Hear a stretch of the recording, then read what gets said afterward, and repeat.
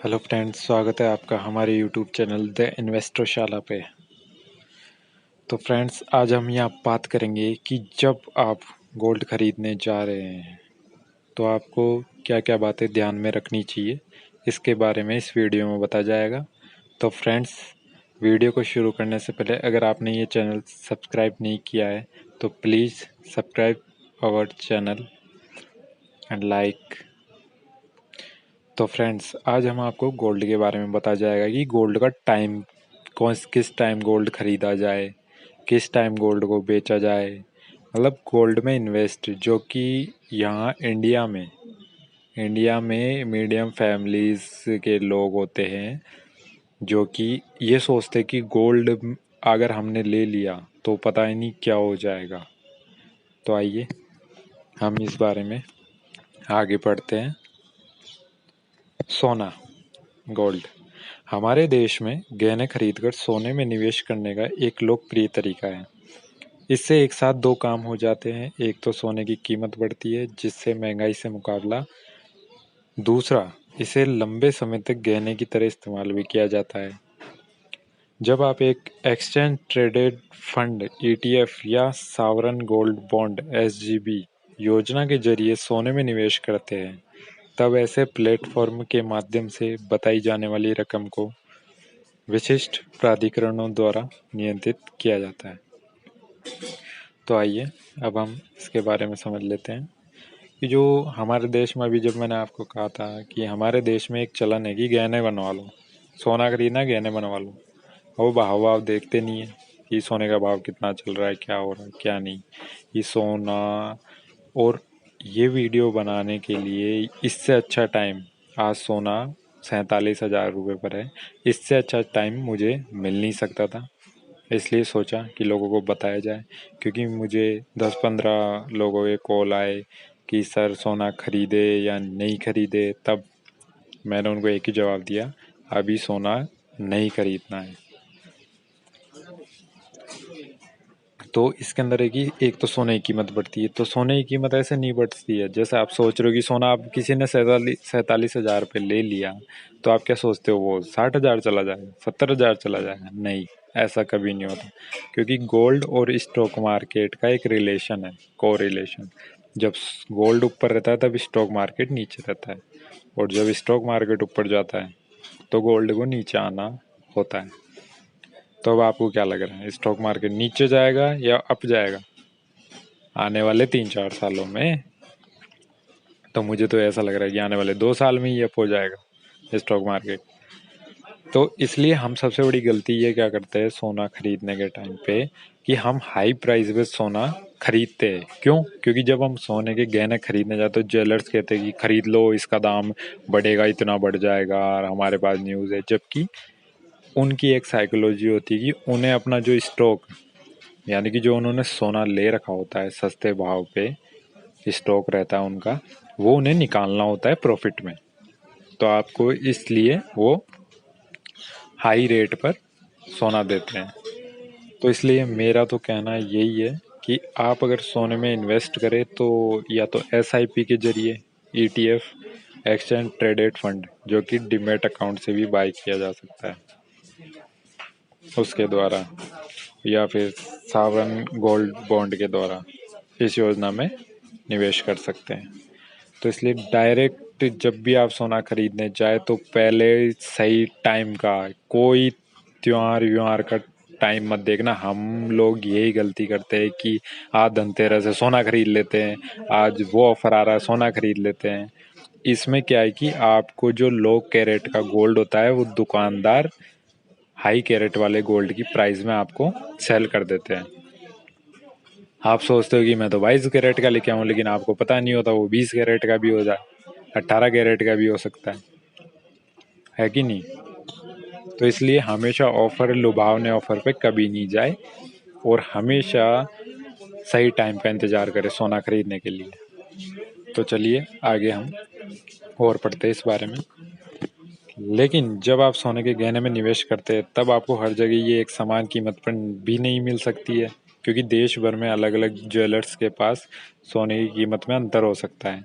Jewellers से सोने के गहने खरीदते समय प्राइसिंग और इनवॉइसिंग के लिए कोई विशेष नियम नहीं है। आमतौर पर ज्वेलर्स का अपना अपना एक शेयर विशिष्ट एसोसिएशन होता है और इसलिए उनकी कीमत अलग अलग शहरों में अलग अलग होती है।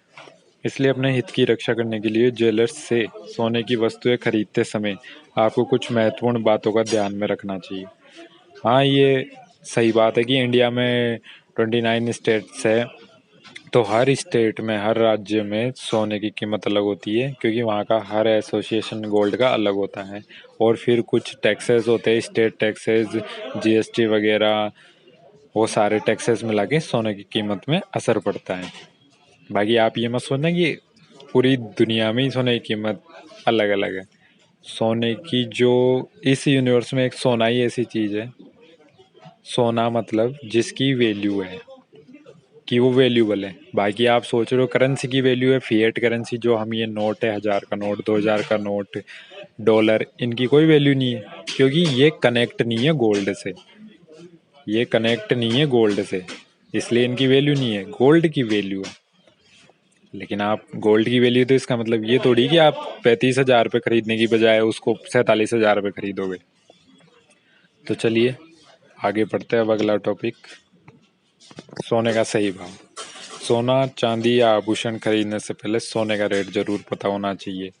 Indian Boolean jewellers association (IBJ) की वेबसाइट लिख लीजिए, और जब भी आप ज्वेलरी खरीदने जाए, पहली बात तो आपको जो भी क्वेश्चंस है आपके, वो हमारे कमेंट्स बॉक्स में पूछ सकते हैं आप, कि जब भी आप ज्वेलरी खरीदने जाए इस वेबसाइट पर, दुकान पे जाके अपने मोबाइल में इस वेबसाइट पर सोने का रेट चेक करेंगे कि क्या रेट चल रहा है, तो आपको वहाँ पे रेट मिल जाएगा। इससे आप दुकानदार भी आपको ठग नहीं पाएगा। तो चलिए अब आगे का टॉपिक पढ़ते हैं। हॉलमार्क शुद्धता। हॉलमार्क शुद्धता, इसके अंदर मार्क दिए हुए आपको 375, तो उसके अंदर 37.5% शुद्धता होती है, जिसको हम 9 कैरेट बोलते हैं। तो एक बार आप ये पढ़ लीजिए, 9 carat, 14 carat, 18 carat, 22 carat, 24 carat. तो हमेशा आपको जो सोना खरीदना, वो खरीदना है 916 और 916 के या 750 वाला कैरेट का ही, मतलब जो हॉलमार्क होता है 750 और 916 वाला हॉलमार्क अगर लगा हुआ मिले, ये वाला ही, और कोई सा हॉलमार्क नहीं होना चाहिए, यही होना चाहिए 916 22 कैरेट में। तो हॉलमार्क जरूर चेक करें ज्वेलरी खरीदने से पहले। अब नेक्स्ट टॉपिक है, गहने की कीमत कैसे तय की जाती है। ये भी इम्पोर्टेंट टॉपिक है, तो एक ध्यान से देखना इस वीडियो को पूरा, इसमें अभी आगे और अच्छी चीज आएगी। गहने की कीमत आमतौर पर सोने की प्रचलित कीमत के साथ साथ सोने की शुद्धता, मेकिंग चार्ज, सोने का वजन और जीएसटी के आधार पर तय की जाती है। गहने की कीमत का फॉर्मूला आपको यहाँ पे दिया हुआ है। 1 ग्राम सोने की कीमत * सोने के गहने का वजन प्लस मेकिंग चार्ज प्रति ग्राम प्लस जीएसटी जो गहने पर और मेकिंग चार्ज पर लगती है। तो मैं आपको यहाँ पे एक एग्जांपल के थ्रू समझा देता हूँ। उदाहरण के लिए मान लीजिए ज्वेलर्स द्वारा बताई गई सोने की दर 22 कैरेट सोने के लिए 40,000 प्रति 10 ग्राम है। तो 1 ग्राम कितने का हो गया, 4,000 रुपये का। तो आप अगर खरीद रहे हो, आपके द्वारा खरीदे जाने वाले सोने के गहने का वजन 20 ग्राम और मेकिंग चार्ज 300 रुपये प्रति ग्राम है, इसलिए गहने की कुल कीमत इस प्रकार हो जाएगी, 4,000 1 ग्राम इंटू 20 ग्राम आप खरीद रहे हो, प्लस 20 ग्राम इंटू 300 रुपये मेकिंग चार्ज, तो ये हो गया कितना, 6,000 रुपये। तो प्लस 80,000, तो ये आ गया आपका 86,000, यानी कि 86,000 रुपये। अब इसके अंदर जीएसटी और लगेगी आपके 3% के समथिंग, जो कि हर स्टेट के हिसाब से अलग अलग हो सकती है। तो ये आपका पड़ जाएगा 88,580 रुपये। तो दोस्तों इसके अंदर मैं आपको एक चीज़ बताऊंगा, जो आप मेकिंग चार्ज देते हैं ना, मेकिंग चार्ज देते हैं और गोल्ड का चार्ज देते हैं, तो आप जो भी ज्वेलरी खरीदे ना गोल्ड की, तो आप पहले ये देख ले कि उसके अंदर जो नगीने वगैरह हीरे वगैरह जड़े हुए हैं वो ज्यादा तो नहीं है। कभी ज्यादा नग वाली या पत्थर वाली, जिसमें ज्यादा पत्थर लगे होते हैं, वो ज्वेलरी कभी नहीं खरीदे, क्योंकि उसमें दुकानदार क्या करता है, ज्वेलर्स क्या करता है कि जो सोने की, क्योंकि सोना कम हो जाएगा ना आपका, ऐसे तो है नहीं 20 ग्राम का आपने ज्वेलरी बनवाई है तो उसके अंदर पत्थर आ जाएंगे कितने ग्राम के, तो कितने ग्राम के हीरे नग लग जाएंगे उसके अंदर। तो उस हिसाब से आप उससे मोल भाव कर सकते हैं। और मेकिंग चार्ज का ऐसा है कि मेकिंग चार्ज के ऊपर अभी कोई फिक्स रेट नहीं है कि मेकिंग चार्ज कितना लगता है। हर दुकानदार अपने हिसाब से अलग अलग लेता है। तो दोस्तों ये बात जरूर ध्यान में रखना और ये वीडियो को शेयर करना और आगे, ताकि लोगों को पता चल सके। तो इसलिए इसके अंदर ये कैलकुलेशन आ जाएगा। अब नेक्स्ट टॉपिक आता है गोल्ड पर टैक्स का गणित। तो गोल्ड पर टैक्स का गणित आप यहाँ पे देख सकते हैं, जिसके अंदर है कि शादी में मिले सोने पर कोई टैक्स नहीं लगता। गोल्ड चाहे रिश्तेदारों से मिला हो या दोस्तों से, टैक्सेबल नहीं है। शादी में मिले गोल्ड को बेचने पर टैक्स के नियम है। शादी में मिले गोल्ड के बेचने पर कैपिटल गेन टैक्स लगेगा। गोल्ड 3 साल से पहले बेचा तो short term capital gain tax लगेगा। 3 साल के बाद बेचा तो long term capital gain tax लगेगा। पुराने गहने को देखकर नई ज्वेलरी उसी गोल्ड से बनवाई तो टैक्स नहीं। पुरानी ज्वेलरी के बदले नई ज्वेलरी पर टैक्स देना पड़ेगा। तो आइए हम यहाँ बात करते हैं कैपिटल गेन टैक्स की। तो आप जब short term capital gain tax लगता है 3 साल से पहले बेचने पर, जो कि जिसके अंदर कोई सीमा नहीं है कि कितना परसेंट लगेगा, यानी कि 5 से 20% के बीच के अंदर ही रहेगा, 5 से 10% के बीच में। और 3 साल के बाद बेचोगे तो 20% आपको टैक्स देना पड़ेगा, जो कि long term capital gain tax होगा। तो दोस्तों ये था आज का गोल्ड का टॉपिक। और दोस्तों एक बात ध्यान रख लेना कि जब भी गोल्ड की जो कीमत होती है ना, वो इंटरनेशनल मार्केट पे डिपेंड है। तो जैसा कि अभी है, तो अभी मैं यही कहना चाहूँगा, वेट करें, गोल्ड को सस्ता होने दें और अभी 47,000 के भाव पे ना खरीदें। और ये बात दूसरे लोगों तक भी पहुँचाए ताकि उनको भी पता चल सके कि गोल्ड का गणित कैसा है।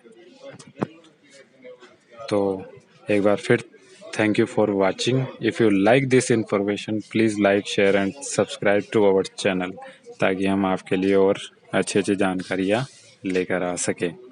तो चलो दोस्तों चलते हैं। और आपको क्या चीज़ अच्छी लगी इस टॉपिक में, आप हमें कमेंट बॉक्स में बताइए। और जिस भी टॉपिक के बारे में आप जानना चाहते हैं तो हमें वो टॉपिक दीजिए ताकि हम उस पर वीडियो बना सकें। ओके, धन्यवाद।